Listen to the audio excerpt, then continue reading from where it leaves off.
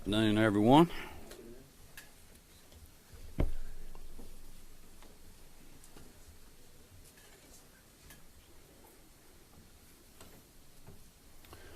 Well, good afternoon, everyone. Thank you for being with us.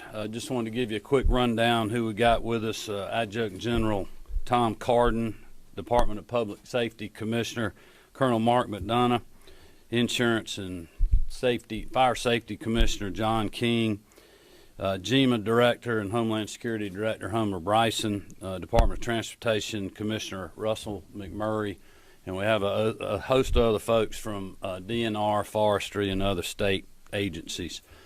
We just have received an updated briefing from the National Weather Service officials and emergency management personnel. We're now seeing that Hurricane Dorian's projected trajectory and overall strength has changed. We could see the impacts along coastal Georgia with storm surge and higher waves this weekend. Impacts to inland locations of South Carolina and central Georgia are possible as early as Sunday night into Monday on Labor Day as outer rain bands move across. Tropical storm force winds greater than 39 miles an hour may extend more than 100 miles from the center of the storm. Forecasted rainfall amounts over South and central Georgia are expected to be 2 to 4 inches through early next week. But this could change significantly based on Dorian's track beyond initial landfall this weekend. At 7 a.m. this morning, we have activated the State Operations Center at Level 2. We remain in constant contact with Governor DeSantis' office in Florida, as well as Governor McMaster's office in South Carolina. We've also been in regular communication with the White House to monitor the situation, and they've assured us that they're ready to assist anywhere in the Southeast if needed. We also can deploy resources through the National Guard, the Georgia State Patrol, and the other federal and state and local agencies mentioned earlier. Here's where you should go for up-to-date information as the storm develops. www.gema.gov, 1-800-TRI-GEMA. Follow at Georgia EMA and at Gov Kemp for regular updates. We will also share pertinent information from Georgia DOT, Georgia State Patrol, and related agencies. I will tell you that I want to urge our citizens to be ready to move very quickly. We still don't know a lot about the initial or the path that this storm will take. We should know more in the next 24 hours.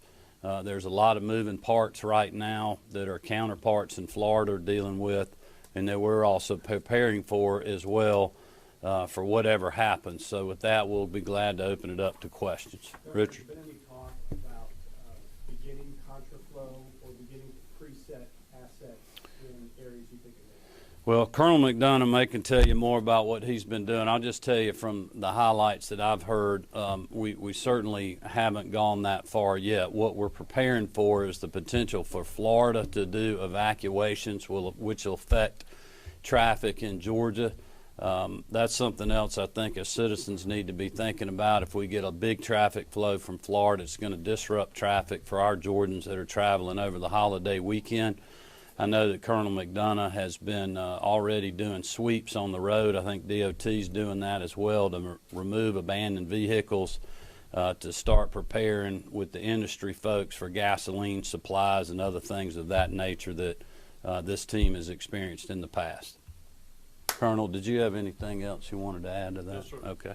Anyone else? Has there been any thought yet, either preemptive emergency declaration or the order about gas? Well, we have both of those things and many other on our radar. I would have told you last night I thought we'd be doing that right now, but the storm slowed. The good thing about the storm slowing, it gives us more time to prepare. The bad thing is it continues to build the intensity of the storm, which we've now seen it's projected to be a Category 4 hurricane. So those kind of things are definitely on our radar. We're just trying to get some more information from the Weather Service and others on exactly what we're going to be seeing in Georgia. There's all kind of different models that are going every which way, East Coast, the West Side, into the Gulf, and I just, we need a little more time before we can go there. What would you tell people, Governor, who have their vacation plans? Should they be canceling plans at this point? Well, I wouldn't want anybody to cancel their plans. I think they do need to be very weather and traffic aware. Obviously, it's a busy traffic weekend anyway. That may get exasperated some with depending on what Florida does, so they should stay in touch to, what is going on down in the state of Florida. Also, for folks that are on the coast this weekend, last night I thought we might be telling people, you might want to think about changing your plans. I wouldn't want to tell people that right now. It's definitely, I think, going to be a nasty weekend on the coast, but if you're still going, you need to watch for common sense things like rip currents and other things, bigger waves than normal. The tides are already high because of the full moon cycle that we're in. Just try to be smart in regards to those situations, and we'll certainly have more information later in the day or certainly first thing in the morning. Governor, you mentioned the Operations Center activated this morning. What does that look like? What are you guys doing? Who are you coordinating with? Yeah, I may let Homer speak to that. He can probably tell you a lot more about what they've been doing throughout the day, but it's quite a bit. Thank you, Joe. We've activated. We brought in our state partners through emergency support functions. They have lead roles in those and support roles in those, so they're getting in place, getting spun up. Much of what the governor just spoke about. We've also started county calls. We had our first county call this morning at 9 o'clock. We spoke with all 6 of the coastal counties to sort of assess their needs, to see where they are, and to compare notes and make sure that we're supporting them and getting them the resources that they think they will need. The county calls will continue on a daily basis. We began calls with FEMA and our federal partners yesterday also. That will continue on a daily basis. So now we're sort of in that position of posturing, mobilizing resources, and preparing to respond where and if needed.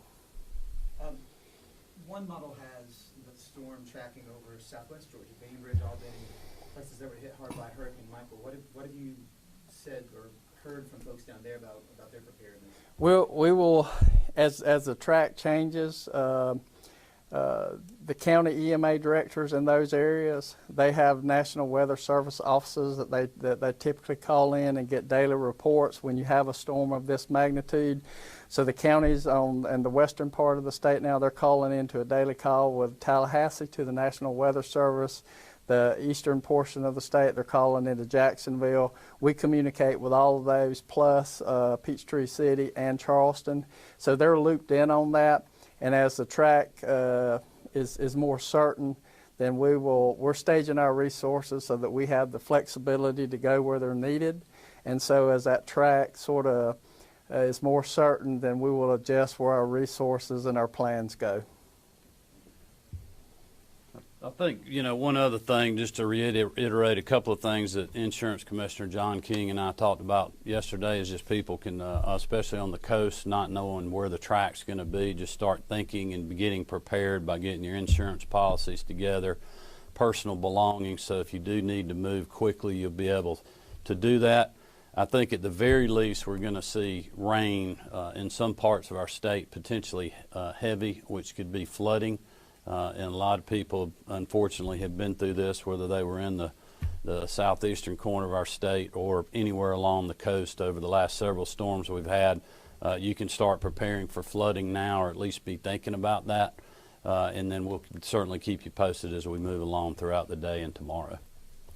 Okay. Governor, has the office been in touch with the business community as it relates to hotels already filling up because of previously planned events and businesses maybe closing unexpectedly? I have not talked to the business community. Now, I know GEMA, I think, has been in touch with looking at potential lodging for potential visitors from Florida and certainly things of that nature. And I know that they have run the traps on this many times. So, okay.